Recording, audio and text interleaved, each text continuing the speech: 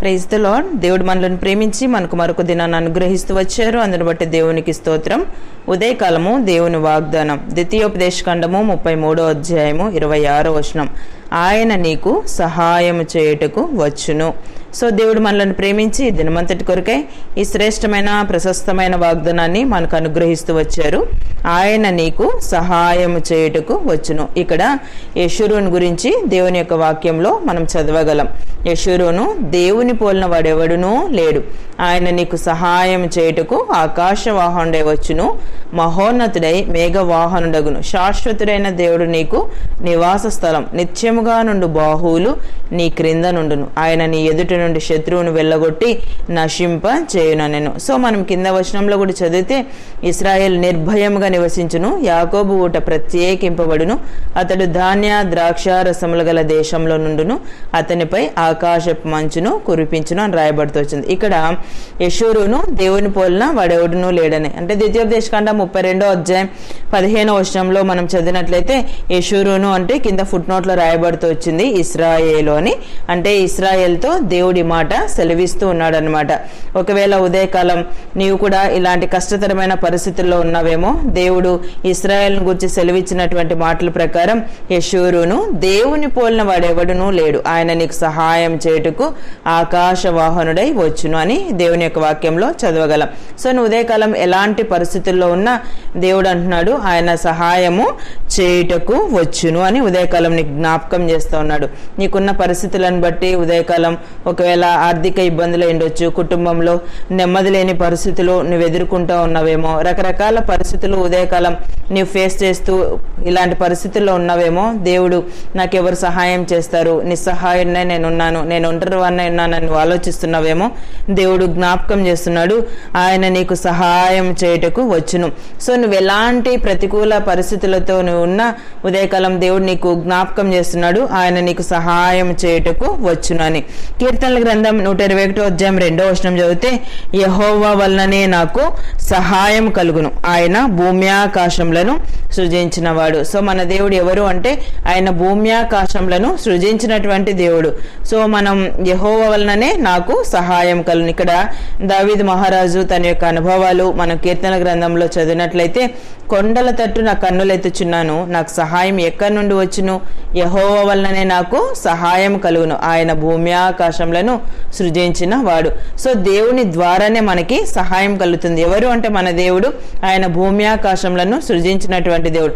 So మనం ఆ దేవుని వైపు చూస్తూ వచ్చినప్పుడు దేవుడు ఖచ్చితంగా మన జీవితంలో మనకి సహాయాన్ని అనుగ్రహించగలరు. యెషయా గ్రంథం 41వ అధ్యాయము 9-10 వచనాల్లో మనం చదివినట్లయితే, దిగులు పడుకుము, నేను నిన్ను బలపడుతును, నీకు సహాయం చేయువాడను నేనే.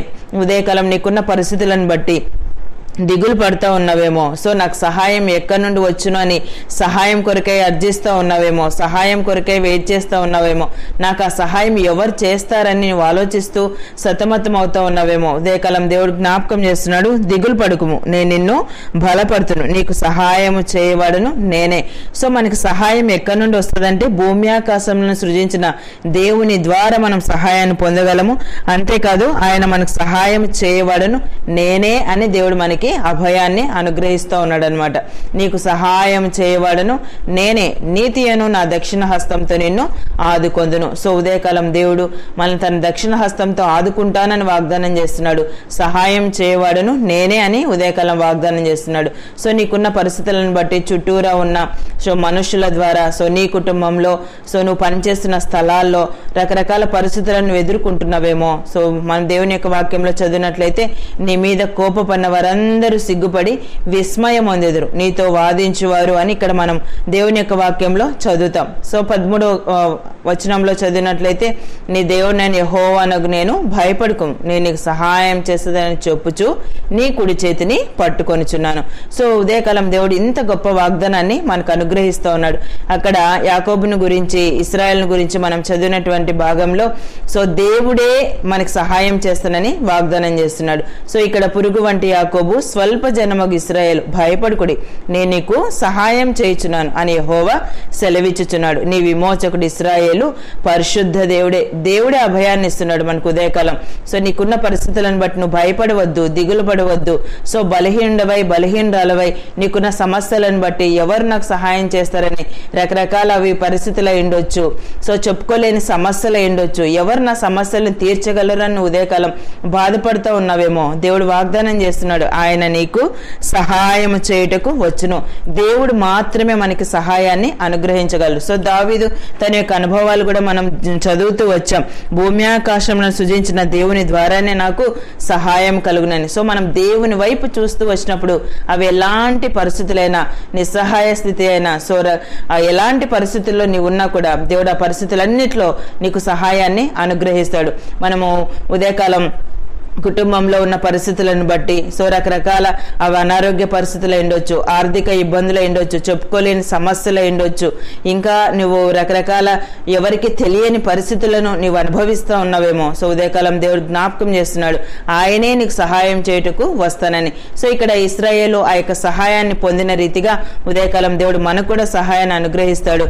అంతేకాదు మన ఎదుటి నుండి శత్రువును వెళ్ళగొట్టేటువంటి దేవుడు. సో ఇశ్రాయేలు నిర్భయముగా నివసించును, యాకోబు ఊట ప్రత్యేకింపబడును, అతడు ధాన్య ద్రాక్షారసములు గల దేశంలో నుండును, అతనిపై ఆకాశపు మంచును కురిపించును. సో నీకు ఉన్న పరిస్థితుల్లో అది పేదరికమైన, నిరుద్యోగమైన, సో ఎలాంటి పరిస్థితుల్లో ఉన్నా దేవుడు నిన్ను ప్రత్యేకించి, సో దేవుడు నిన్ను అత్యధికంగా ఆశీర్వదిస్తానని ఉదయకాలం వాగ్దానం చేస్తున్నాడు. సో నువ్వు ఎలాంటి పరిస్థితుల్లో ఉన్నా నువ్వు భయపడవద్దు, దిగులు పడవద్దు. సో బలహీనులవై సో దేవుని వైపు మనం చూస్తూ వచ్చినప్పుడు దావీదు దేవుని మీద ఆధారపడిన రీతిగా, ఇశ్రాయేలు దేవుని మీద ఆధారపడిన రీతిగా మనం కూడా దేవుని యందు సో నమ్మకం ఉంచి దేవుని యందు మనం ఆధారపడుతూ వచ్చినప్పుడు దేవుడే మనకు సహాయం చేయుటకు వస్తాడు. సో ఆ యొక్క వాక్యాన్ని మనం నమ్ముతూ, సో దేవుని యొక్క వాక్యాన్ని మనం స్వీకరిస్తూ వచ్చినప్పుడు దేవుని ద్వారా ఇలాంటి మేలులు మనము పొందగలం. ఉదయకాలం దేవుడు అనుగ్రహించిన ఈ ప్రశస్తమైన వాగ్దానాన్ని మన జీవితానికి అన్వయించుకొని ముందుకు కొనసాగినట్లు ప్రభు మనందరికీ సహాయం చేయను గాక. ప్రార్థన చేసుకుందాం.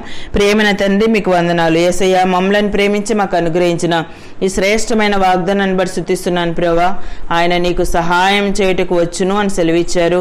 ఉదయకాలం నిత్య జీవపు మాటలు వింటున్న మీ ప్రజలందరినీ కూడా జ్ఞాపకం చేసుకునండి. వారు వెళ్తున్న ప్రతి సమస్యను మీరు ఎరుగుదురు ప్రభువా. భూమి ఆకాశంలను సృజించిన నీ ద్వారా ప్రభువా మీ ప్రజలందరికీ మీ యొక్క సహాయం అనుగ్రహించి సహాయపడుతూ రావాల్సిందిగా కోరుతూ యేసు ప్రభు నామమున ప్రార్థిస్తున్నాను తండ్రి, ఆమెన్.